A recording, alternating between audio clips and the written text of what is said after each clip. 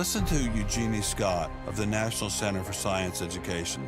The NCSE has been at the heart of virtually every evolution controversy over the past 25 years, vigorously defending the Darwinian gospel. We've worked a lot with science education organizations. The most important group we work with is members of the faith community, because the best kept secret in this controversy is that Catholics and mainstream Protestants are okay on evolution. The best kept secret in this controversy is that Catholics and mainstream Protestants are okay on evolution. Liberal Christians have been fighting with conservative Christians for so long that they'll side with anybody against the fundamentalists. And Eugenie Scott says, well, welcome over. There's a kind of science defense lobby, or an evolution defense lobby in particular. They are mostly atheists, but they are desperately wanting to be friendly to mainstream, sensible religious people. And the way you do that is to tell them that there's no incompatibility between science and religion. And the way you do that is to tell them that there's no incompatibility between science and religion. As many evolutionists will say, it's the strongest engine for atheism. If they called me as a witness, and a lawyer said, Dr. Dawkins, has your belief in evolution, has your study of evolution turned you towards atheism? I would have to say yes. And that's the worst possible thing I could say for winning that court case. So people like me are bad news for the science lobby, the evolution lobby. By the way, I'm being a lot more frank and honest in this interview than many people in this field would be. This conflict over the principles of evolution has become a religious war. It really is no longer about scientific investigation. Richard Dawkins is the best example of this. His recent book, The God Delusion, has sold over 1 million copies worldwide. The God Delusion is my long-expected, long-worked-on, full-frontal attack on religion. To me, science is about trying to explain existence, and religion is about trying to explain existence. It's just that religion gets the wrong answer. If you separate out the ethical message from religion, what have you got left? You got a bunch of fairy tales, right? I think that God is about as unlikely as fairies, angels, hobgoblins, etc. Religion, I mean, it's just fantasy, basically.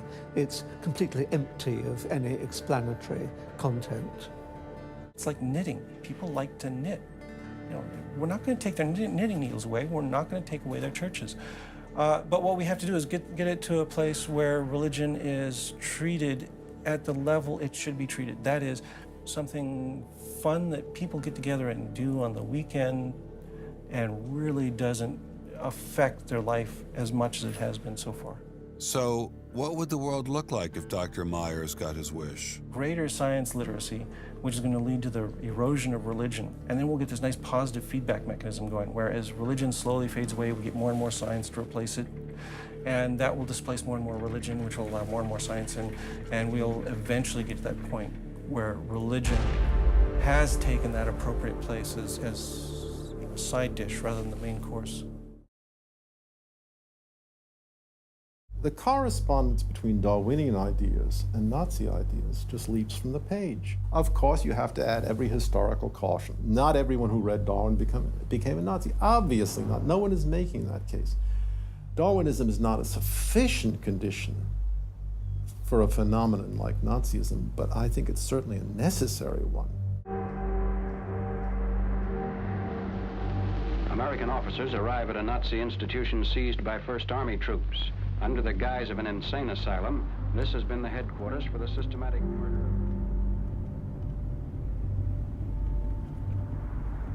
So what is this place? During the Second World War, 15,000 people were killed here. Why were they killed? They were killed because they were people with handicaps. Why kill them? What's the point of killing them? People who were not able to work, people who were not able to live by themselves, that they were useless eaters. Useless eaters. And life unworthy of living. Alles Lebensschwache geht in der Natur unfehlbar zugrunde. Wir Menschen haben gegen dieses Gesetz der natürlichen Auslese in den letzten Jahrzehnten furchtbar gesündigt. Wir haben unwertes Leben nicht nur erhalten, wir haben ihm auch Vermehrung gewährt.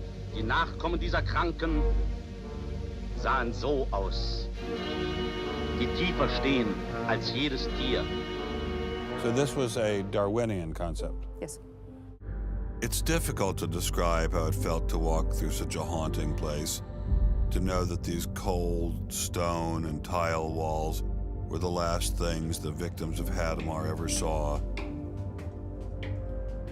I wanted to explore this connection further, so I met with the author of From Darwin to Hitler, Dr. Richard Weikart.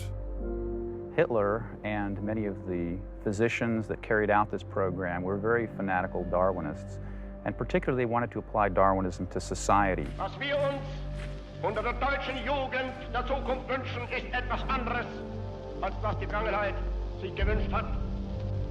Wir müssen einen neuen Menschen,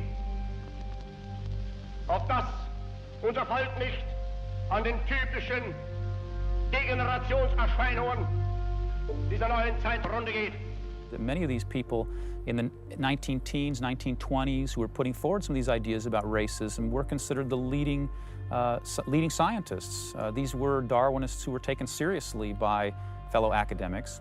It's not to say that all academics believed it. And eugenics, which was an attempt to breed human beings, it was the darkest chapter of American medicine ever. There were 50,000 people involuntarily sterilized because they were deemed unfit to breed, basically. Eugenics isn't just history. The spirit of the movement lives on today. Margaret Sanger was the head of Planned Parenthood. She was a very fanatical in her promotion of eugenics. In fact, Planned Parenthood was all about birth control for the impoverished and lower classes to try to help improve the species. I think Hitler thought he was doing good. He thought he was doing good? Oh, I think so. He thought he was benefiting. He thought he was benefiting humanity by driving evolution forward and creating a better humanity. If you take seriously that evolution has to do with, the transition of life forms and that life and death are just natural processes, then one gets to be liberal about abortion and euthanasia. All of those kinds of ideas seem to me follow very naturally from a Darwinian perspective, a deprivileging of human beings, basically. And I think that people who want to endorse Darwinism have to sort of take this kind of viewpoint very seriously. With savages, the weak in body or mind are soon eliminated. We civilized men, on the other hand, do our utmost to check the process of elimination. We build asylums for the imbecile, the maimed, and the sick. Thus, the weak members of civilized societies propagate their kind. No one who has attended to the breeding of domestic animals will doubt that this must be highly injurious to the race of man. Hardly anyone is so ignorant as to allow his worst animals to breed. Charles Darwin, The Descent of Man, 1871.